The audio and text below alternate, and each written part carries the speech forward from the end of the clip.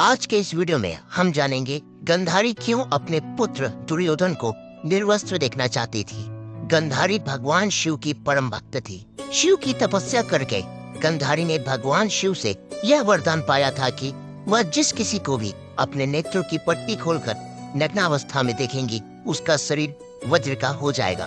भीम से युद्ध से पहले ऐसे में गंधारी ने अपनी आंखों की पट्टी खोलकर दुर्योधन के शरीर को वज्र का करना चाहा, लेकिन कृष्ण के बहकावे के कारण दुर्योधन ने अपने गुप्तांग को पत्तों से छिपा लिया था, जिसके चलते उसके गुप्तांग और जांघें वज्र के समान नहीं बन पाए।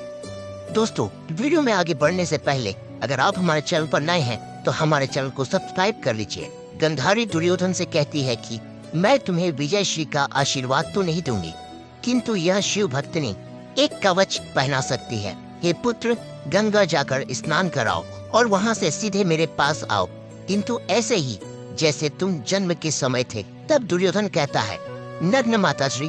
गंधारी कहती है, माँ के समक्ष कैसी लज्जा, जाओ स्नान करके निर्वस्त्र आओ। दुर्योधन कहता है, जो आज्ञा माताश्री। दुर्योधन के जाने के बाद श्री कृष्ण गंधारी के कक्ष में जाते हैं।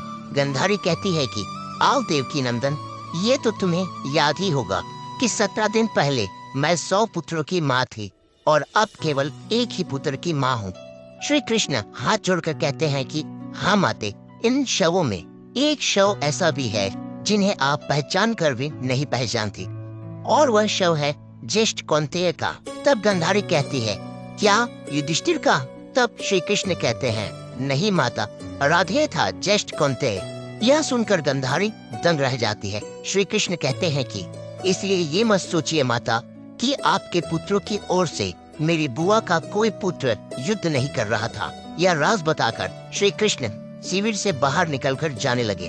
तब रास्ते में दुर्योधन नग्न अवस्था में अपनी माता के शिविर में जाता हुआ श्री कृष्ण को दिखाई देता है। श्री कृष्ण हंसते हुए कहते हैं, युवराज, युवराज दुर्योधन, आप और इस अवस्था में तुम अपने वस्त्र कहाँ भुलाए, और तुम्हारा मुंह तो माता गंधारी के शिविर की ओर है। यह सुनकर दुर्योधन सकपका जाता है। तब श्री कृष्ण कहते हैं कि तुम अपनी माता के पास इस दशा में जा रहे हो। तब दुर्योधन कहता है कि माता श्री का यही आदेश था। तब श्री कृष्ण कहते हैं कि किंतु वो तुम्हारी माता है, उन्होंने अनेक बार तुम्हें गोद में लिया होगा।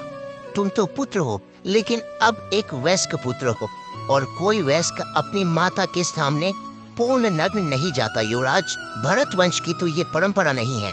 फिर श्री कृष्ण हंसते हुए कहते हैं कि किंतु तुमने तो भरत वंश की परंपरा का पालन करना कभी का छोड़ दिया। जाओ जाओ, माता को प्रतीक्षा नहीं करवाना चाहिए, जाओ। यह कहते हुए श्री कृष्ण हंसते हुए वहाँ से चले गए। तब दुर्योधन सोच में पड़ जाता है और फिर वह अपने गुप्तांगों पर केले के पत्ते लपेटकर माता गंधारी के समक्ष उपस्थित हो जाता है। गंधारी अपनी आंखों की पट्टी खोलकर दुर्योधन को देखती है तो उसकी आंखों से प्रकाश निकलकर दुर्योधन के शरीर पर गिरता है। बाद में गंधारी देखती है कि ये क्या, दुर्योधन ने तो अपने गुप्तांग छिपा रखे हैं। तब वो कहती है, ये तुमने क्या किया पुत्र? तब दुर्योधन कहता है कि मैं आपके सामने नग्न कैसे आ सकता हूँ माताश्री। तब गंधारी कहती है, किंतु मैंने तो तुम्हें यही आदेश दिया था ना। दुखी होकर वह पुनः अपनी आंखों में पट्टी बांध लेती है। फिर वह कहती है, तुम्हारे शरीर का वह भाग जिस पर मेरी दृष्टि पड़ी ही नहीं दुर्बल रह गया पुत्र। शरीर का शेष भाग वज्र का हो गया। यदि तुम बड़ों का आदेश मानने की परंपरा भूले ना होते तो आज अजय हो गए होते पुत्र। यह सुनकर दुर्योधन कहता है कि तो मैं ये केले के पत्ते हटा देता हूँ माताश्री। तब गंधारी कहती है कि मैं कोई माया भी नहीं हूँ, मैंने उस एक दृष्टि में अपनी भक्ति, अपना सतीत्व और अपनी ममता की सारी शक्ति मिला दी थी पुत्र। तब दुर्योधन कहता है कि आप चिंता ना करें माताश्री, मैं कल भीम से युद्ध करूंगा और गदा युद्ध के नियम के अनुसार कमर के नीचे प्रहार करना वर्जित है। कल मैं उसको इतनी मार मारूंगा कि वह घबराकर वीर गति को प्राप्त हो जाएगा।